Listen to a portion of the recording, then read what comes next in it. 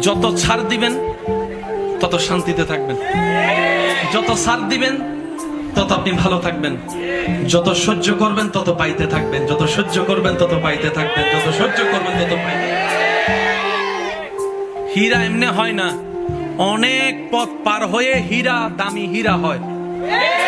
স্বর্ণ এমনে তেমনে স্বর্ণ হয় না, কত গরম আগুনের ভিতর দিয়ে গিয়ে তারপরে সেটা হারে রূপ হয়, তারপরে সেটার দাম 2 লাখ 3 লাখ টাকা দিয়ে মানুষ কিনছে। যদি আগুনে পুরা না হয়, যদি শোয়া না হয়, যদি গালি না শুনেন, যদি বদনামের শিকার না হন, যদি আঘাতের শিকার না হন, ততক্ষণ আপনি দাঁড়াতে পারবেন না, দাঁড়াতে পারবেন না। যাদেরকে দুনিয়া ভাঙতে চায়, আমি শ্রদ্ধার সাথে ভালোবাসার সাথে অনুরোধ করছি আমার ভাই বোনদের কাছে, যদি কখনো দেখেন দুনিয়া আপনাকে ভাঙতে চাচ্ছে, নামাতে চাচ্ছে, ধ্বংস করতে চাচ্ছে, আপনি রবের উপর তাওয়াক্কুল করে নবীর প্রেম ভালোবাসা নিয়ে একটু ধৈর্য ধরে সময়ের অপেক্ষা করবেন, সময়ের অপেক্ষা করবেন, রবের হুকুম আসা পর্যন্ত সময়ের অপেক্ষা করবেন। মনে রাখবেন, ভাঙ্গা জিনিসগুলাকে আল্লাহ এমন ভাবে সুন্দর করে নতুন করে সাজাবে, আপনাকে এমন সুন্দর জীবন দান করবে, যারা আপনাকে নামাতে চেয়েছিল তারা আপনি পর্যন্ত আর পৌঁছাতে পারবে না। সুবহানাল্লাহ।